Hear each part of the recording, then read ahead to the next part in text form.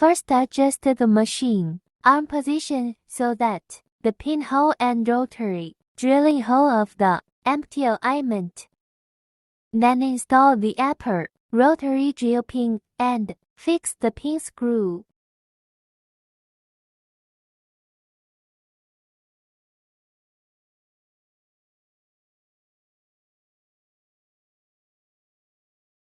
Adjust the arm of the excavator, install the rotary digging drill pipe, and fix the screw.